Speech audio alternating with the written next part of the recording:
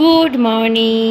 তো প্রথমেই বলি আজকের দিনটা আমার খুব বাজে গেছে, মানে দিনটা তো যেমন তেমন, রাতটা খুব বাজে গেছে। তো বলবো সব একে একে। আগে দেখো, সকালবেলায় উঠেই আমি ফ্রেশ হয়ে একটা ডিমের অমলেট করছি, একটা না দুটো ডিমের।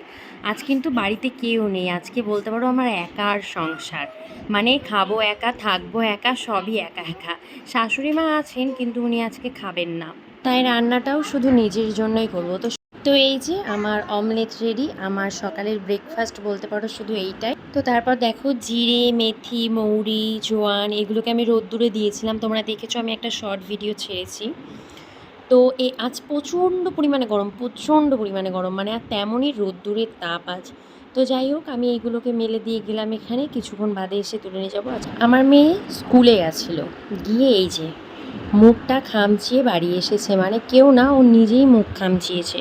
তো এক একটা বাচ্চা এক এক রকম হয়। আমার মেয়ে কিন্তু মোটামুটি সব কিছু পারে, কিন্তু ও খুব বদমাইশি করে, কখনো ইচ্ছে করে লেখে না, কখনো বদমাইশি করে বলে না। এবার হয়তো এটা আস্তে আস্তে কেটে যাবে। তো যাই হোক, ম্যাডাম কিছু একটা জিজ্ঞাসা করেছিল, ও বলিনি, না বলতে পেরে আবার রেগে মুখটা খামচিয়েছে নিজের নখ দিয়ে। আর দেখতেই পেলে আমার কিন্তু রান্নাও কমপ্লিট। আমি আজকে কেউ যেহেতু নেই, সিম্পল রান্না করেছি, ভাত আর মাছ ভাজা রেখেছি, আর আলু দিয়ে চিংড়ি মাছ দিয়ে তরকারি করেছি। আর এদিকে দেখো, পেঁয়াজ কাটতে গিয়ে আমার হাতটা কেটে ফেলেছি। ইদানিং আমার খুব হাত পা কাটছে, আমি জানি না কেন। আমি যখন খুব টেনশান করি বা খুব ভয় পেয়ে যাই, আমার জানো তো এরকম হাত পা কাঁপে।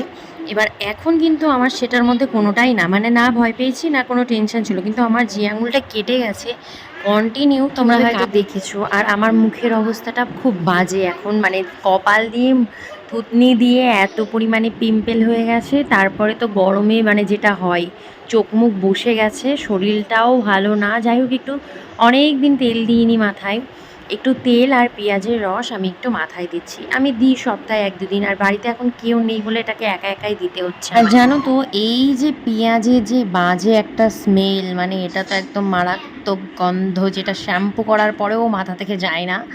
তো যাই হোক, আমাদের এই পাশে বড় পিসি শাশুড়ির বাড়ি, তো ওই পিসি শাশুড়ির বাড়ি থেকে যে আম দিয়ে গেল। আর প্রতি বছর এই পাড়াতে এরকম মধু বিক্রি করতে আসে, জানো তো। তো আমি কিন্তু বাড়ির ওপর থেকেই মধুটা রাখি। এর আগের বারে আমি 2 কিলো মধু রেখেছিলাম, যেটা টানা 2 বছর খেয়েছি। তারপরেও দেখো কিছুটা আছে, ওটা আমি আর খাবো না, তো বের করে রেখে দিলাম, ওটা মুখে টুখে মেখে ফেলবো। খাওয়া তো আর সেইভাবে হয় না, হয়তো কখনো মেয়ের ঠান্ডা লাগলে খাওয়ানো হয়, এই জন্য এবার আমি 1 কিলো নিলাম। তো জানি না কতটা ভালো, ওরা কিন্তু বলে যে এটা পিওর, কিন্তু কিছুদিন বাদে কেমন চিনির মতন হয়ে যায়, কিছু তো একটা মেশানো ব্যাপার আছেই। তো যাই হোক, ওই কেনা মধুর থেকে বাড়ির মধুটা একটু ভালো। তো তারপরে সমস্ত কাজ গুছিয়ে আমি এই যে 2টো বাজে, মেয়েকে ঘুম পাড়িয়ে এখন যাব স্নানে।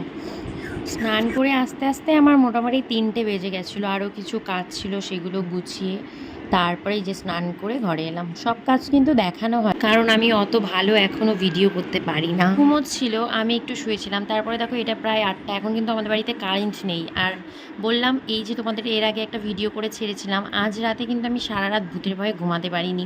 তারপরে এখন এই যে মেয়ের জন্য একটু খাবার করছিলাম, আমিও কিছু ঘুমিয়েছি আজ অনেক রাতে, কিন্তু এরপর আর কোনো ভিডিও করতে পারিনি। তো যাই হোক, ভিডিওটা তোমাদের কেমন লাগলো জানিও। সবাই ভালো থেকো, টাটা।